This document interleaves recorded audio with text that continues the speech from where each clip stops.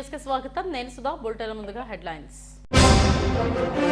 2047 నాటికి స్వర్ణాంధ్ర కలను సాకారం చేస్తాం. శాసనసభ బడ్జెట్ సమావేశాల్లో ఉభయ సభలను ఉద్దేశించి ప్రసంగించిన governor Nazir. Gopalpatnam police station వద్ద ఉద్రిక్తత. అవమానంతో చనిపోయిన ఆనంద్కు న్యాయం చేయాలని బంధువుల ధర్నా. నర్సీపట్నంలో వైసీపీ నేత అక్రమ కట్టడం కూల్చివేత. అడ్డుకున్న మాజీ ఎమ్మెల్యే ఉమాశంకర్ గణేష్. ఉత్తరాంధ్ర ఉపాధ్యాయ ఎమ్మెల్సీ ప్రచారంలో అభ్యర్థి పెదపెంకి శివప్రసాదరావు బిజీ. తనకు మద్దతు ఇవ్వాలని ఉపాధ్యాయ ఓటర్లకు అభ్యర్థన. 2047 నాటికి స్వర్ణాంధ్ర కలను సాకారం చేస్తామని రాష్ట్ర గవర్నర్ అబ్దుల్ నజీర్ తెలిపారు. కూటమి ప్రభుత్వం వచ్చిన తర్వాత రాష్ట్రాన్ని గాడిలో పెడుతున్నామని, తలసరి ఆదాయం కూడా పెరిగిందని వెల్లడించారు. అసెంబ్లీ బడ్జెట్ సమావేశాలు ప్రారంభమయ్యాయి. ఉభయ సభలను ఉద్దేశించి గవర్నర్ ప్రసంగించారు. శాసనసభ బడ్జెట్ సమావేశాలు అమరావతి శాసనసభలో ప్రారంభమయ్యాయి. ఉభయ సభలను ఉద్దేశించి గవర్నర్ అబ్దుల్ నజీర్ తొలి ప్రసంగం చేశారు. తొలుత శాసనసభ స్పీకర్ అయ్యన్న పాత్రుడు, శాసనమండలి చైర్మన్ మోసేన్ రాజు, ముఖ్యమంత్రి చంద్రబాబు, ఆర్థిక మంత్రి పయ్యావుల కేశవ్, సిఎస్ విజయానందలు గవర్నర్కు స్వాగతం పలికారు. అనంతరం ఆయన్ను శాసనసభకు తీసుకెళ్లి ఆయన చైర్లో కూర్చోబెట్టారు. ఒకవైపు శాసనసభ స్పీకర్ అయ్యన్న పాత్రుడు, మరోవైపు మండలి చైర్మన్ మోసేన్ రాజులు ఆసీనులయ్యారు. ఈ సమావేశానికి వైసీపీ అధినేత జగన్తో పాటు ఆ పార్టీ ఎమ్మెల్యేలు, ఎమ్మెల్సీలు హాజరు కావడం విశేషం. కూటమి నేతలు యథావిధిగానే హాజరయ్యారు. ఉభయ సభలను ఉద్దేశించి గవర్నర్ ప్రసంగించారు.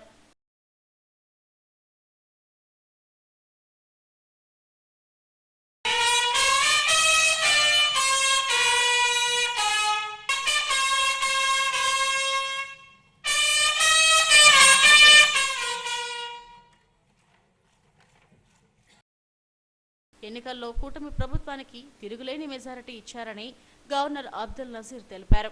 ప్రజల జీవన ప్రమాణాలు పెంచేందుకు అనేక పథకాలు ప్రవేశపెట్టారని, అర్హులైన వారందరికీ సొంతిల్లు ఉండాలన్నదే తమ ఆకాంక్ష అన్నారు. ప్రతి కుటుంబానికి సురక్షిత త్రాగునీరు, విద్యుత్ ఉండాలని చెప్పారు. పేదరికం నిర్మూలించేందుకు కట్టుబడి ఉన్నామని చెప్పారు. ఎన్టీఆర్ వైద్య సేవ ట్రస్ట్ ద్వారా పేదలకు మెరుగైన వైద్యం అందిస్తున్నట్టు తెలిపారు. 2027 నాటికి పోలవరం పూర్తి చేస్తామని స్పష్టం చేశారు. గత ప్రభుత్వం నిలిపివేసిన 93 కేంద్ర పథకాల్లో 73 పథకాలను పునరుద్ధరించామని వెల్లడించారు. నీటిపారుదల, రోడ్లకు సంబంధించి 10,125 కోట్ల నిధుల బిల్లులు క్లియర్ చేశామని చెప్పారు. స్వర్ణాంధ్ర 2047కు 10 సూత్రాలతో విజన్ను రూపొందించామని వెల్లడించారు. My government has envisioned 10 Sutralu, 10 guiding principles that define our vision for a prosperous future of Swarna Andhra at 2047. First, zero poverty. Number 2, human resources development and population management. 3, skilling and employment generation. 4, water security. 5, farmer agri-tech. 6, global best logistics. 7, cost optimization, energy and fuel. 8, product perfection. 9, Swachha Andhra. 10, deep tech integration. Now first, Swarna Andhra at 2047. My government, guided by the vision of Viksit Bharat, is implementing a comprehensive roadmap to achieve Swarna Andhra at 2047 with a people-first approach. By focusing on a 15% plus growth rate, the state is leveraging its unique inner strengths to become a rupees 308 lakh crore economy with a per capita income of rupees 58 lakhs to become wealthy, healthy and happy, sustainable and most livable society by the year 2047, making 100 years of independent India.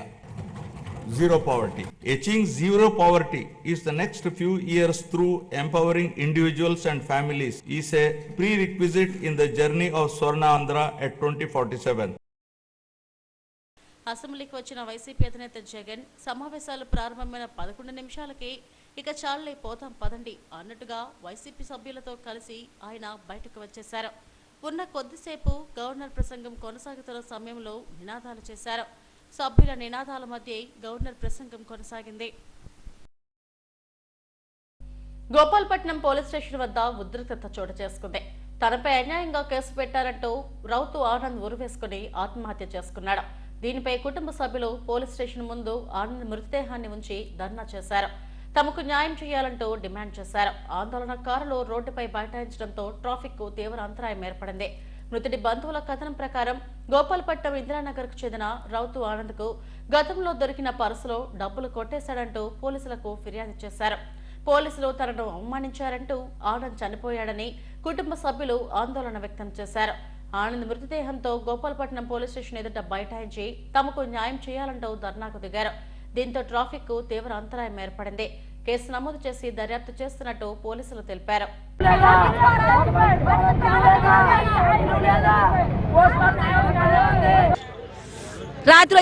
రాత్రి మీకు తెల్లవారు రండి, మీ తెల్లవారు వస్తే ఏదో ఆలోచించుకోను చెరుకో 25,000 ఎంత వేసిరా 25,000 మీ చెరుకు ఇచ్చియండి. పొద్దులేసి రాజీ పడిపోండి, లేదని పొద్దులేసి మీకు కేసు రాసి పప్పుకు పంపిస్తాము అనిసన్న. అవి పోలీసు వాళ్ళు అడిగారు, పోలీసు వాళ్ళు అడిగేవారు.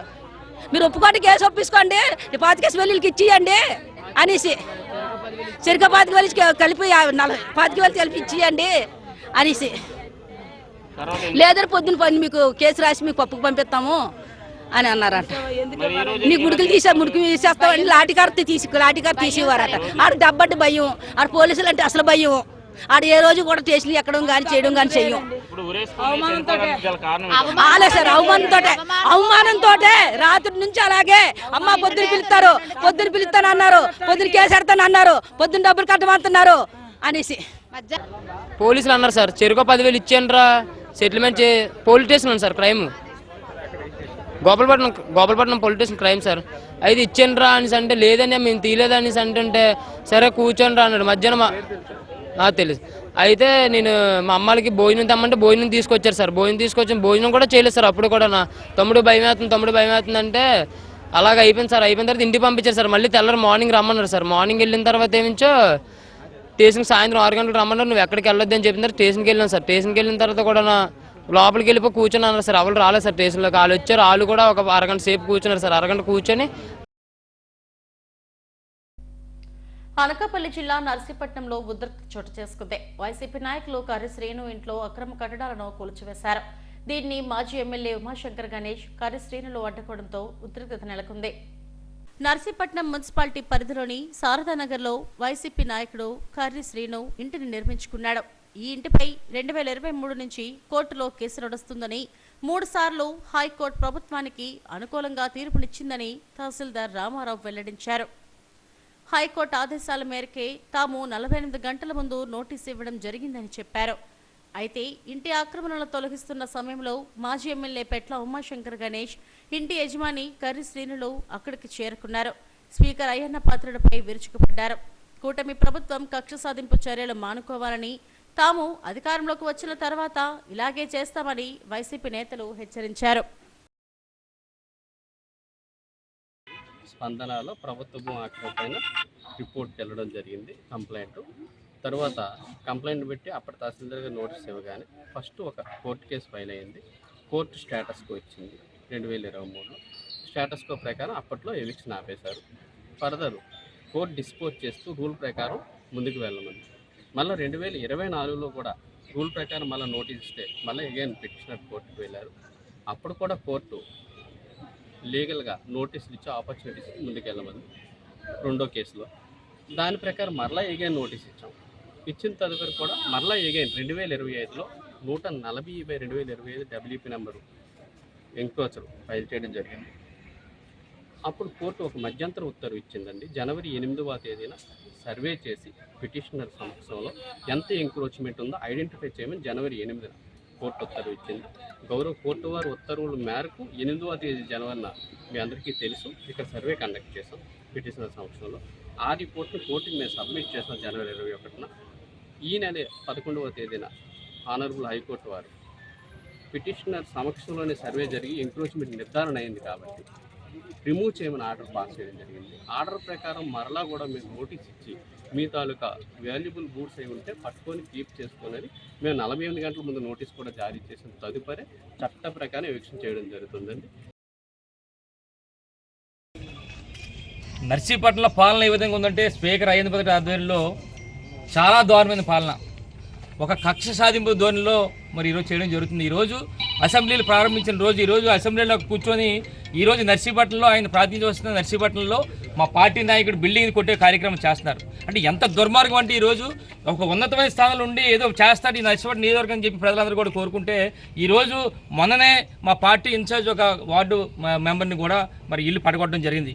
ఈరోజు చూస్తే ఇది కూడా మా పార్టీ లీడర్ మరి కౌన్సిలర్ కూడా మరి బిల్డింగ్ని కొట్టే కార్యక్రమం చేస్తారు. అంటే ఎంత దారుణం అంటే ఈరోజు కేవలం ఆయన కక్షపూరిత కార్యక్రమం. ఎందుకంటే కేవలం గతంలో ఆయన ఒక గోడ కొట్టారని చెప్పి ఉద్దేశం మీద ఈరోజు మా పార్టీ నాయకులందరి మీద మరి కక్షాదింపు చేస్తారు. ఒకటే అడుగుతున్నా అయిన పద్ధతి ఈ విధంగా మీకేమన్నా నీ గోడ కొట్టినాడు ఎవడో తెలుసుకొని ఆడి మీద మీ కక్షాదింపు చేయాలి తప్ప మా పార్టీ నాయకులు ఏం చేశారు, మా పార్టీ వాళ్ళు ఏం చేశారు. మొన్న పాపం దారుణంగా అక్కడ చిటికల కన్నా బిల్డింగ్ కొట్టావు, మరి ఇక్కడ కొడుతున్నాం. ఎంత దారుణం అంటే ఈరోజు ఒకటే తెలుసుకోవాలి అయిన పాత్రుడు. ఈ రోజు ఈ రాష్ట్ర ప్రజలు కానీ నియోజక ప్రజలు కానీ నీకు అధికారం ఇచ్చింది 5 సంవత్సరాలు మాత్రమే. ఇప్పటికే 1 సంవత్సరం అయిపోయింది. మరి 50 సంవత్సరాలు కాదు నీకు ఇచ్చిన అధికారం. రేపు రాబోయే రోజులు కూడా మేము వస్తాం, ఒకటే సంకేతాలు పంపిస్తున్నాం. ఈరోజు మీరు అధికారంలో ఉన్నారు కనుక మా పార్టీ నాయకులు అందరితో కూడా వేస్తున్నారు. రేపు మేము అధికారంలోకి వస్తాం, వచ్చిన తర్వాత ఎంతమంది లేవు తెలియదు. తొలుత పోలీసులు, రెవెన్యూ అధికారులు అక్కడికి చేరుకోగానే ఆక్రమణ జరిగిన ప్రాంతాన్ని తామే తొలగించుకుంటామని ఇంటి యజమాని కర్రి శ్రీను తెలిపారు. ఒక్కరోజు గడువు ఇవ్వాలని కోరారు. ఉత్తరాంధ్ర ఉపాధ్యాయ ఎమ్మెల్సీ ఎన్నికల ప్రచారంలో బీఎస్పీ బలపరిచిన అభ్యర్థి పెదపెంకి శివప్రసాదరావు బిజీగా తిరుగుతున్నారు. ఉత్తరాంధ్ర జిల్లాలను చుట్టేస్తున్నారు. విశాఖ వన్ టౌన్లోని క్వీన్ మేరీ పాఠశాలతో పాటు పలు పాఠశాలల్లో ఉపాధ్యాయ ఓటర్లను కలిసి తనకు మద్దతు ఇవ్వాలని అభ్యర్థించారు. ఉపాధ్యాయుల సమస్యలను పరిష్కరించేందుకు తనకు ఒక అవకాశం ఇవ్వాలని విజ్ఞప్తి చేశారు. తనను ఆశీర్వదిస్తే శాసనమండలిలో ఉపాధ్యాయుల గొంతుకను వినిపించి సమస్యల పరిష్కారానికి కృషి చేస్తానంటున్న ఎమ్మెల్సీ అభ్యర్థి పెదపెంకి శివప్రసాదరావుతో మా bureau chief Chittubabu face to face. Uttarandhra Upadhyaya MLC polling దగ్గర గడువు పడుతుంది. ఈ నేపథ్యంలో బీఎస్పీ బలపరిచినటువంటి అభ్యర్థి పెదపెంకి శివప్రసాదరావు గారు చాలా జిల్లాల్లో మొత్తం 6 జిల్లాల్లో పర్యటించడం జరిగింది. ఎన్నికల ప్రచారం కూడా దాదాపు పూర్తి చేయడం జరిగింది. ప్రసాద్ గారు మనతో ఉన్నారు, అడిగి వివరాలు తెలుసుకుంది. సార్, ప్రసాద్ గారు ఎంతవరకు జరిగింది? ఈ 6 జిల్లాల్లో మీరు ఎంతవరకు ప్రచారం చేశారు? మొత్తం ఉత్తరాంధ్రలో అన్ని జిల్లాలని కూడా సందర్శించడం జరిగింది. మొత్తం 123 పోలింగ్ బూతుల్లో సుమారుగా ఒక 100 పోలింగ్ బూతుల వరకు కూడా నేను ఏరియాలని కవర్ చేయడం జరిగింది. ముఖ్యంగా నేను ఈ సందర్భంగా ఎన్నికలు దగ్గర పడుతున్న 27వ తేదీ నాడు పోలింగ్ జరగబోతుంది. మరి రేపటితో పరిసమాప్తం అవుతుంది ప్రచారం. నేను అందరికీ కూడా ఉపాధ్యాయ ఓటర్లందరికీ కూడా ఈ ఎక్కువ మంది ఓటింగ్కి అంటే 22,493 మంది ఓటర్లు మనం అందరూ ఉన్నాం. మరి మీరు అందరూ కూడా 100% పోలింగ్కి మీరు అందరూ కూడా సిద్ధంగా ఉండాలని, అందరూ వచ్చి ఓటు వేయాలని కోరుతున్నాను. ముఖ్యంగా నేను సందర్శించిన అన్ని ప్రాంతాల్లో కూడా నా పేరు క్రమసంఖ్య 8 దగ్గర ఓటు వేయడానికి వాళ్ళందరూ కూడా సంసిద్ధి వ్యక్తం చేశారు. నాకు చాలా సంతోషంగా ఉంది. మరి ఈ సందర్భంగా కొంతమంది నాతో పాటుగా ఎన్నికల్లో పోటీ చేసినటువంటి వ్యక్తులు కొంతమంది కొన్ని అధికార పార్టీ లాంటి వాటికి లొంగిపోయిన విషయాన్ని నాకు తెలిసింది. మరి అవి చాలా అప్రజాస్వామికం. ఎందుకంటే ఉపాధ్యాయ వర్గంలో కూడా ఈ రకమైనటువంటి పరిస్థితి రావడం మాత్రం చాలా బాధాకరం. ఉపాధ్యాయుల సమస్యల పరిష్కారానికి నేను తప్పనిసరిగా పరిష్కరిస్తానని, వాటి గురించి నేను పోరాడతానని మీలో మళ్ళీ ఒకటిగా ఉంటుంటానని మరొకసారి తెలియజేసుకుంటూ, మరి ఇది మీతో కలిసేటటువంటి చివరి అవకాశంగా నేను భావిస్తూ మీ అందరికీ కూడా వినయపూర్వకంగా కూడా మీకు విధేయుడిని ఉంటానని, 8వ ప్రాధాన్యత క్రమంలో ఉన్నటువంటి పెదపెంకి శివప్రసాదరావు నాకు 1వ ప్రాధాన్యత ఓటు వేయాలని మరొకసారి మీ అందరినీ కూడా అభ్యర్థిస్తున్నాను. మీరు జనరల్గా ఈ స్కూల్స్కి వెళ్ళేటప్పుడు స్కూల్ అసిస్టెంట్ల దీంట్లో సభ్యులు కాబట్టి ఓటర్లు కాబట్టి వాళ్ళందరూ చెప్తున్నటువంటి ప్రధానమైన సమస్య ఏంటి? మరి ఎప్పుడూ చెప్పేదే సర్వీస్ రూల్స్ లేవు, సిపిఎస్ లేదు, అలాగే కాంట్రాక్ట్ ఉపాధ్యాయులకి ఇప్పటికీ కూడా అంటే సరైన జీతాలు లేవనే విషయాన్ని ఎక్కడ కూడా చెప్తూనే ఉన్నారు. మరి ఆ విషయంలో ఇవి ఎంతమంది ఎమ్మెల్సీలు వచ్చినప్పటికీ కూడా, మరి ఎన్ని ప్రభుత్వాలు వచ్చినప్పటికీ కూడా ఇది జరగట్లేదు అనేది చాలా బాధపడుతున్నారు. ముఖ్యంగా 117 జీవో వలన విద్యా వ్యవస్థ కొంతవరకు చాలా వరకు నష్టపోయిందనే విషయాన్ని వాళ్ళందరూ కూడా చెప్పి ఉన్నారు. మరి యాప్ల భారం కూడా తగ్గించాలని నాకు చాలామంది చెప్పి ఉన్నారండి. సరే, ఇప్పుడు 2020 నూతన విద్యా విధానం ప్రకారం ప్రతి హై స్కూల్ని అప్డేట్ చేయాలి. +2కి అప్గ్రేడ్ చేయాలి.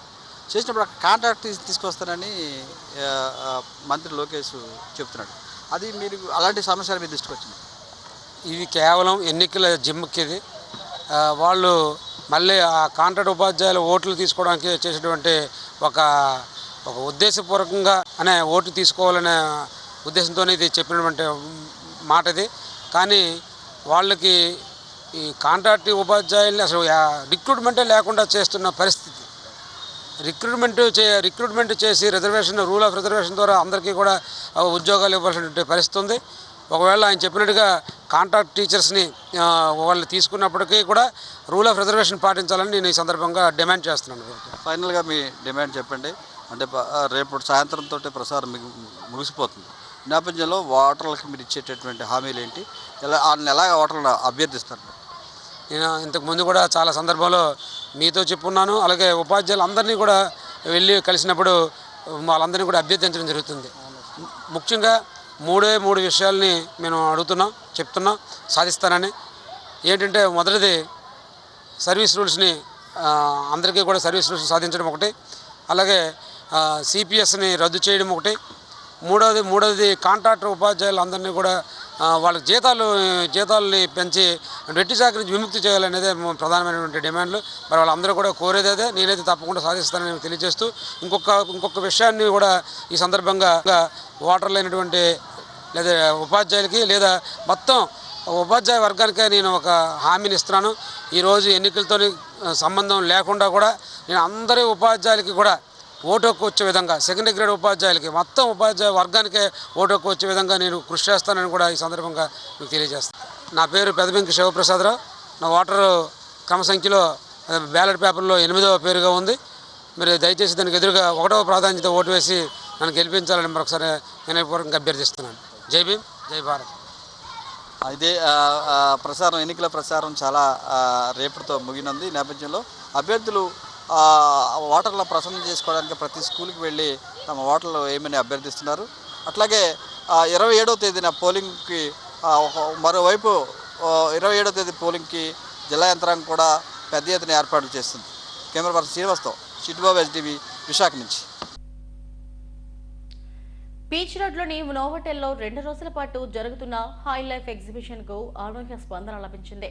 దేశం నలుమూలల నుండి వచ్చిన ఫ్యాషన్ డిజైనర్స్ రూపొందించిన వస్త్రాలు, జ్యువెలరీ స్టాల్స్ కొనుగోలుదారులను కట్టిపడేస్తున్నాయి. లేటెస్ట్ కలెక్షన్ మగువలను మంత్రముగ్ధులను చేస్తుంది.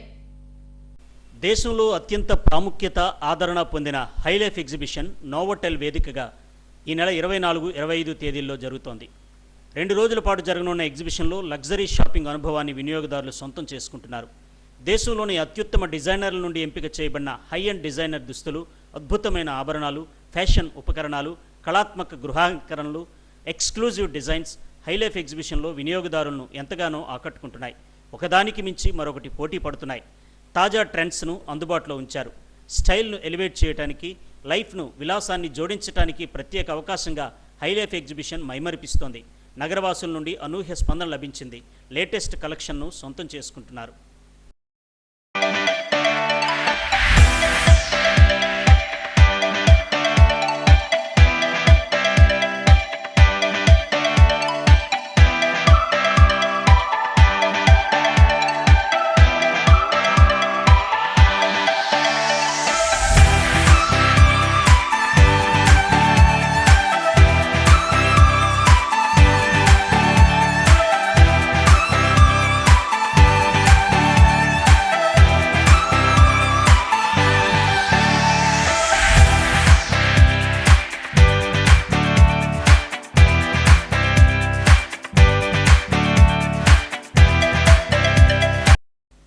హైలైఫ్ ఎగ్జిబిషన్లో అద్భుతమైన కలెక్షన్ ఉందని వినియోగదారులు సంతోషం వ్యక్తం చేస్తున్నారు. Quality, different varieties, latest collection, ఇలా చెప్పుకుంటూ పోతే హైలైఫ్ అద్భుతంగా ఉందని చెబుతున్నారు. కలెక్షన్కు తగ్గట్టుగానే క్వాలిటీ ఉందని అంటున్నారు. సో ఇక్కడ మేము వైజాగ్లో నోవోటెల్లో కండక్ట్ చేస్తున్న హై లైఫ్ ఎగ్జిబిషన్కి అయితే వచ్చాము. కలెక్షన్ అయితే చాలా బాగుంది. సో యూనిక్ వెరైటీస్ డ్రెస్సెస్ కానీ జ్యువెలరీ కానీ చాలా బాగున్నాయి. సో ఈ ప్రైజెస్ తగ్గట్టుగానే క్వాలిటీ కానీ దానికి ఉన్న వర్క్ కానీ వర్త్ అనిపిస్తుంది. సో జ్యువెలరీ అయితే చాలా డిఫరెంట్ వెరైటీస్ అయితే సేల్ చేస్తున్నారు. సో ఇలాంటి ఎగ్జిబిషన్స్ అప్పుడప్పుడు కూడా ఇలా జరుగుతుంటే అందరికీ కూడా చాలా బాగుంటుంది. వైజాగ్లో ఇంత మంచి కలెక్షన్ ఎప్పుడు పెడుతున్నారు అని చాలా హ్యాపీగా ఉంది. హలో అండి, అందరికీ నమస్కారం. నేను ఇక్కడ నవోటలో జరుగుతున్న హై లైఫ్ ఎగ్జిబిషన్కి అయితే వచ్చాను. సో టోటలీ కలెక్షన్ అయితే చాలా బాగుంది. నాకు చాలా వర్త్ అనిపించింది. ఇక్కడ ఉన్న దానికి డిజైన్స్కి శారీస్ అయితే చాలా బాగున్నాయి. యాక్చువల్గా నాకు కూడా పర్చేస్ చేయాలనిపిస్తుంది. సో విజిట్కి వచ్చిన తర్వాత ఎవరైనా తీసుకోకుండా అయితే వదలరు. చాలా వర్త్. మీరు కూడా వచ్చి విజిట్ చేసి కన్ఫర్మ్గా ఏదో ఒకటి పర్చేస్ చేయండి. హాయ్, నా పేరు జోష్న. నేను హై లైఫ్ ఎగ్జిబిషన్కి వచ్చాను నోవోటెల్లో. కలెక్షన్ అయితే చాలా బాగుంది. ఇక్కడ కలెక్షన్ అయితే చాలా అమేజింగ్ ఉంటుంది అండ్ డిఫరెంట్ కలెక్షన్ ఉంటుంది. అందరి దగ్గర ఉన్నట్టు ఉండదు. ప్రైజెస్ కూడా మంచి ప్రైజెసే, క్వాలిటీ కూడా అలాగే ఉంటుంది. సో డెఫినెట్గా వచ్చి విజిట్ చేయండి. నేనైతే జ్యువెలరీ పర్చేస్ చేయడానికి వచ్చాను. జ్యువెలరీ అయితే ఇక్కడ చాలా బాగుంటుంది. అండ్ కొత్త కలెక్షన్ ఉంటుంది. నార్మల్గా ఉన్న కలెక్షన్ కాకుండా కొత్త కలెక్షన్ ఉంటుంది. సో అందుకు the fresh fashion trends for the new season పేరిట 2 రోజుల హై లైఫ్ ఎగ్జిబిషన్కు మంచి స్పందన లభించింది. దేశం నలుమూల నుండి వచ్చిన డిజైనర్స్ రూపొందించిన స్టాల్స్ కొనుగోలుదారులతో కిటకిటలాడాయి. గాజువాక బాంబే కాలనీలోని వెంకటేశ్వర స్వామి ఆలయంలో దొంగలు చొరబడి హుండీ దోచుకుపోయారు. తెల్లవారుజామున 4 దొంగలు ఆలయంలోకి వెళ్లి ఇనుపరాట్లతో హుండీని తెరిచి అందులో ఉన్న డబ్బును దోచుకున్నారని తెలిపారు. 4లో ఓ దొంగ దొరకడంతో అతన్ని స్తంభానికి కట్టి పోలీసులకు సమాచారం అందించారు. గాజువాక పోలీసులు ఆలయం వద్దకు వచ్చి దొంగను అరెస్టు చేశారు. బాంబే కాలనీలో తరచూ దొంగతనాలు జరుగుతున్నాయి. పోలీసులు నిఘా పెట్టాలని స్థానికులు కోరుతున్నారు.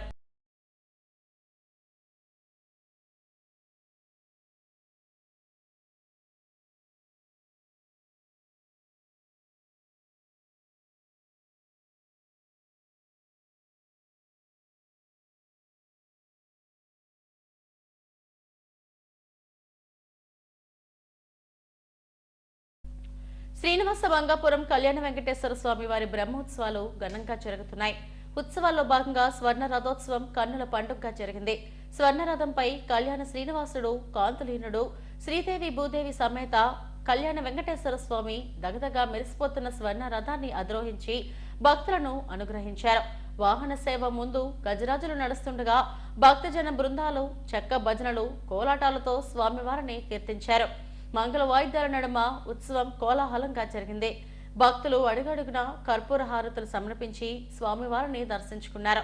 స్వర్ణ రథోత్సవాన్ని దర్శించుకోవడం ద్వారా లక్ష్మీదేవి కటాక్షంతో భోగభాగ్యాలు శ్రీవారి కరుణతో సర్వ శుభాలు కలుగుతాయని భక్తుల విశ్వాసం. వాహన సేవలో ఆలయ ప్రత్యేక డిప్యూటీ ఈవో వరలక్ష్మి, గోపీనాథ్ తదితరులు పాల్గొన్నారు.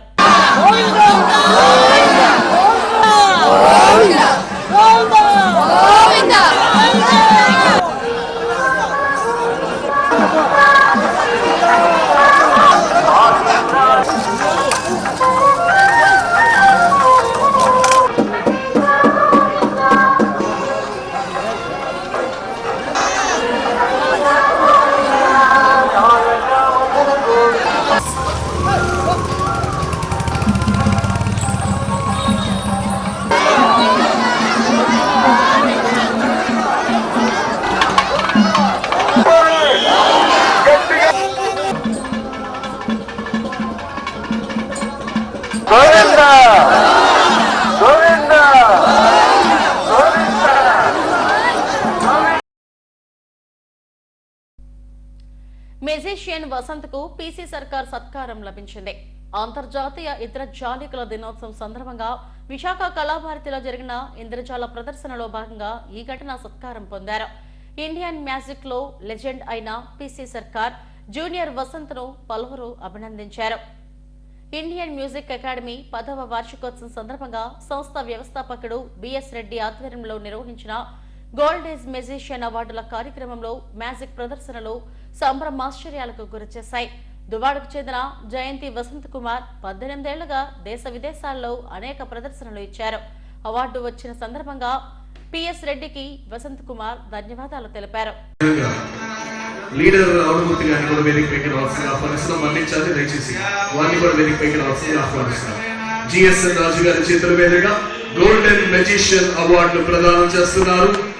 ఫస్ట్ ఆఫ్ ఇట్స్ కైండ్, దేశ చరిత్రలోనే తొలిసారిగా బంగారు ఇంద్రజాలికుని రూపకల్పనతో పెండింగ్ లో ఉన్న జీవీఎంసీ మున్సిపల్ కాంట్రాక్టర్ల సమస్యలను పరిష్కరించాలని ఏపీ మున్సిపల్ కాంట్రాక్టర్స్ అసోసియేషన్ వ్యవస్థాపక అధ్యక్షుడు రొంగల జగన్నాథం కోరారు. ప్రెస్ క్లబ్ లో మీడియాతో మాట్లాడారు. జీవీఎంసీ కాంట్రాక్టర్లకు 400 కోట్లకు పైగా బకాయిలు పడ్డారని తెలిపారు. ఫలితంగా కాంట్రాక్టర్ల కుటుంబాలు ఆందోళన చెందుతున్నాయన్నారు. 6.5 ఏళ్ల నుండి పెండింగ్ లో ఉన్న స్పెషల్ డెవలప్మెంట్ ఫండ్ సుమారు 6 కోట్లు ఇప్పటికీ చెల్లించలేదని చెప్పారు. కోర్టుకు వెళ్లిన వారికి చెల్లింపులు జరిగాయన్నారు. తమకు న్యాయం చేయాలని డిమాండ్ చేశారు. సమావేశంలో అసోసియేషన్ ప్రతినిధులు ప్రసాద్, సత్యనారాయణ తదితరులు పాల్గొన్నారు. రూపాయలు ఏవైతే ఉన్నాయో ముఖ్యంగా జనరల్ ఫండ్స్, ఈ జనరల్ ఫండ్స్ తర్వాత అమృత్ కానీ జీజీఎంపీ కానీ ముఖ్యంగా నేను ఒకటే చెప్పదలుచుకున్నా. ఈ ఎస్టీఎఫ్ స్పెషల్ డెవలప్మెంట్ స్కీమ్ కింద గత ప్రభుత్వం ఏదైతే ఉందో 6.5 తెలుగుదేశం ప్రభుత్వంలో, అప్పుడు ప్రభుత్వంలో 6.5 సంవత్సరాల క్రితం వర్కులు చేస్తే ఈరోజు కూడా ఆ కాంట్రాక్టర్లు రోడ్డున పడ్డారు. 6.5 సంవత్సరాల నుంచి కాంట్రాక్టర్ ఏంటంటే వాడు వ్యాపారం చేస్తాడు, వర్క్ చేస్తాడు, నాణ్యతమైన వర్క్ చేస్తాడు, వర్క్ చేసిన తర్వాత డబ్బు అడుగుతాడు. ప్రభుత్వాలతో సంబంధం లేదు, ఏ ప్రభుత్వాలు రానే. కాంట్రాక్టర్ ఇవాళ ఏంటంటే 6.5 సంవత్సరాల నుంచి వాళ్ళ పేమెంట్ లేకపోతే నలిగిపోయి ఉన్నారు. కొందరు కాంట్రాక్టులు ఆత్మహత్య చేసుకునే పరిస్థితి ఉంది. ఇవాళ రోడ్డు మీద పడ్డారు. నిన్న చూస్తే ఒక కాంట్రాక్టరు, అది వీడియోది, ఆ కాంట్రాక్టర్ చూస్తే మతిపోద్ది. ఆఫీస్కి భార్య పిల్లలతో వచ్చేసి రోడ్డును పడి చాలా ఇబ్బంది పడి నేను ఆత్మహత్య చేసుకోవాలి సార్, అంతకంటే సరంజం లేదని చెప్పేసి ఆ కాంట్రాక్టరు ఏడుస్తుంటే చాలా బాధాకరం. మీకు ఒక ధైర్యాన్ని కోల్పోకుండా ధైర్యాన్ని ఇచ్చాం. నువ్వేం ఇబ్బంది పడద్దు, మేము ఏమైనా ఆర్థికంగా ఉంటే సాయం చేస్తాం. ఏ ప్రభుత్వం 3 స్టార్ వాకర్స్ క్లబ్ ఆధ్వర్యంలో సామాజిక సేవా కార్యక్రమాలు విరివిగా నిర్వహిస్తున్నారు. అక్షయ ఫౌండేషన్, డయోలాబ్స్ సౌజన్యంతో ఉచిత వైద్య శిబిరాన్ని ఇండస్ట్రియల్ ఎస్టేట్ ప్రాంగణంలో నిర్వహించారు. వాకర్స్ వ్యాయామం చేసిన అనంతరం వైద్య శిబిరాన్ని నిర్వహించారు.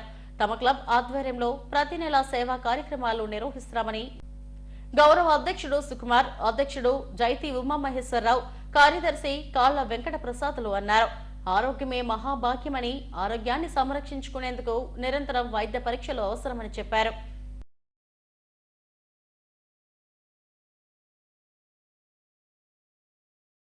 ఈ యొక్క కార్యక్రమానికి వాకర్స్ క్లబ్తో పాటు ఇండస్ట్రియల్ చుట్టూ వచ్చిన గ్రౌండ్స్లో వచ్చిన చుట్టూ చాలామంది జనాలు చేయించుకున్నారు. సుమారుగా 200 పైచీలకు ఈ యొక్క కార్యక్రమానికి ముఖ్య అతిథిగా మన ఇండస్ట్రియల్ ఎస్టేట్ జనరల్ మేనేజర్ వచ్చారు. అనంతరం మన ఎవరైతే రక్త పరీక్షలు అన్నీ చేయించుకున్నారో వారందరికీ కూడా, ఆ రోగులందరికీ కూడా అక్షయ ఫౌండేషన్ వారు ఉచితంగా మందులు కూడా పంపిణీ చేయడం జరిగింది. ఈ యొక్క కార్యక్రమం జయప్రదంగా అవడానికి కారణం అక్షయ ఫౌండేషన్ వారు మరియు దయాళు ఇచ్చిన సహకారం అండి. వారికి 3 స్టార్ వాకర్స్ ఈ ఫ్యామిలీతో అందరూ చాలామంది అటెండ్ అయ్యారండి. వచ్చి వాళ్ళ ఫ్యామిలీతో మెడికల్ క్యాంపులో పాల్గొని అందరూ జయప్రదం చేశారండి. అది కాక పైనుంచి వాకర్ క్లబ్ మెంబర్స్ ఫ్యామిలీస్ కాక బయట ఫ్యామిలీస్ మెంబర్స్ కూడా అందరూ వచ్చి ఇది వినియోగించుకున్నారండి. అలాగే మా 3 స్టార్ క్లబ్బు మెంబర్స్ అందరూ వచ్చి దీన్ని జయప్రదం చేశారండి. మెంబర్స్ అందరూ వచ్చి దీన్ని జయప్రదం చేశారండి. అందరికీ థ్యాంక్స్ అండి. ఫిజిషియన్ అండి. అలాగే తయ్యాలో అని చెప్పి సోఫిస్టికేటెడ్ సూపర్ స్పెషాలిటీ ల్యాబ్ అండి. ఆ ల్యాబ్ వాళ్ళేమో మగవారికి అయితే కొలెస్ట్రాల్, ఆడవాళ్ళకేమో హెమోగ్లోబిన్తో పాటు బ్లడ్ షుగర్ కూడా చేశారండి. దీన్ని ఈ మెడికల్ క్యాంప్ని ఈరోజు 200 పైచీలకు మంది వచ్చి వినియోగించుకోవడం జరిగిందండి. అది మాకు చాలా ఆనందంగా ఉందండి. ఈరోజు ఇది 2వ మెడికల్ క్యాంప్ అండి. వారిని తీసుకురావడానికి ప్రముఖ పాత్ర వహించిన మా కమిటీ వారిని మనందరి ఆరోగ్యం కోసం ప్రతి క్షణం అన్నిత్యం ఆలోచించి మంచి కమిటీ ద్వారా మంచి కార్యక్రమం ఏర్పాటు చేసిన కమిటీకి ధన్యవాదాలు తెలుపుకుంటేటువంటి కార్యక్రమాలు భవిష్యత్తులో కొనసాగించమని, అటువంటి ప్రయత్నం చేయమని మన 3 స్టార్ వాకర్స్ కమిటీకి నేను సవినయంగా మనవి చేస్తూ కృతజ్ఞత తెలియజేస్తూ ఉన్నాను. నిజంగా దివ్యంగా ఉంది నిన్న జరిగినటువంటి ఈ కార్యక్రమం. అలాగే ప్రతిసారి జరగాలని ఆశిస్తూ మన వర్కర్స్ మిత్రులందరికీ పదే పదే నేను కోరుకునేది ఏంటంటే ఇలాగే దీన్ని చక్కగా కొనసాగించాలని చెప్తున్నాను. నా పేరు Suryarao, ex president. RDO Sreelekha leader దినపత్రికకు జారీ చేసిన చట్ట విరుద్ధ నోటీసును రద్దు చేయాలని జర్నలిస్టు సంఘాలు ముక్త కంఠంతో డిమాండ్ చేశాయి. ఈ మేరకు సంఘాల నేతలు జిల్లా కలెక్టర్ హరీంద్ర ప్రసాద్ ను కలిసి వినతిపత్రం అందించాయి. విచారణ జరిపి ఆర్డీఓపై చర్యలు తీసుకోవాలని కోరారు. కలెక్టరేట్ ఆవరణలో నినాదాలు చేశారు. ఆర్డీఓ శ్రీలేఖ నోటీసులపై రౌండ్ టేబుల్ సమావేశం నిర్వహించి కలెక్టర్కు వినతిపత్రం అందించాలని తీర్మానించామని జర్నలిస్టు సంఘాల నేతలు సత్యనారాయణ, నానాజీ తెలిపారు. లీడర్ పత్రికను ఎందుకు మూసివేయకూడదని, అక్రిడేషన్లు ఎందుకు రద్దు చేయకూడదని నోటీసులో చెప్పడం పూర్తి చట్ట వ్యతిరేకమని మండిపడ్డారు. రద్దయిన చట్టాన్ని తీసుకొచ్చి స్వేచ్ఛను హరిస్తున్నారని అన్నారు. దీనిపై కలెక్టర్ పరిశీలించి నిర్ణయం తీసుకుంటామని తమకు హామీ ఇచ్చారని తెలిపారు.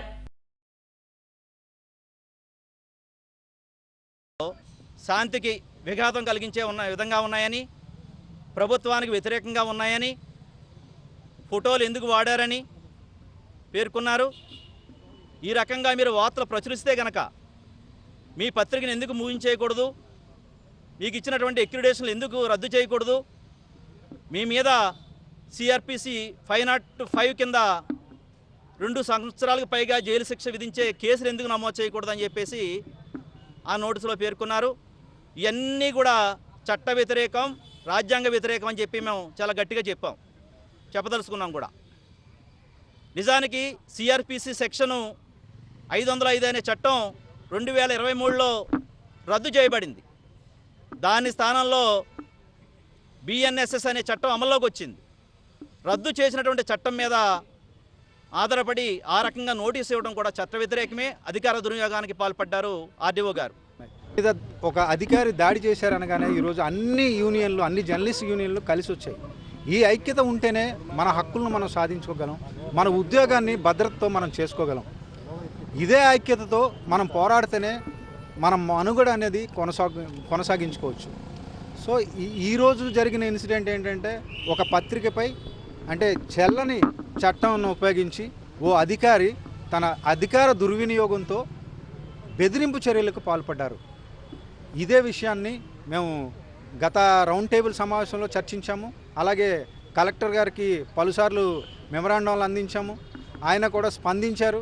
అయితే చర్యలు మాత్రం ఇంకా పూర్తి స్థాయిలో జరగలేదు కాబట్టి మరోమారు ఉద్యమించక. హెడ్లైన్స్ మరోసారి. 2047 నాటికి స్వర్ణాంధ్ర కలను సాకారం చేస్తాం. శాసనసభ బడ్జెట్ సమావేశాల్లో ఉభయ సభలను ఉద్దేశించి ప్రసంగించిన governor Nazir. Gopalpatnam police station వద్ద ఉద్రిక్తత. అవమానంతో చనిపోయిన ఆనంద్కు న్యాయం చేయాలని బంధువుల ధర్నా. నర్సీపట్నంలో వైసీపీ నేత అక్రమ కట్టడం కూల్చివేత. అడ్డుకున్న మాజీ ఎమ్మెల్యే ఉమాశంకర్ గణేష్. ఉత్తరాంధ్ర ఉపాధ్యాయ ఎమ్మెల్సీ ప్రచారంలో అభ్యర్థి పెదపెంకి శివప్రసాదరావు బిజీ. తనకు మద్దతు ఇవ్వాలని ఉపాధ్యాయ ఓటర్లకు అభ్యర్థన. ఇవి ఇప్పటివరకు నా బులెటిన్ అప్డేట్స్. మరిన్ని వార్తా విశేషాల కోసం చూస్తూనే ఉండండి ఎస్టీవీ న్యూస్. నమస్తే.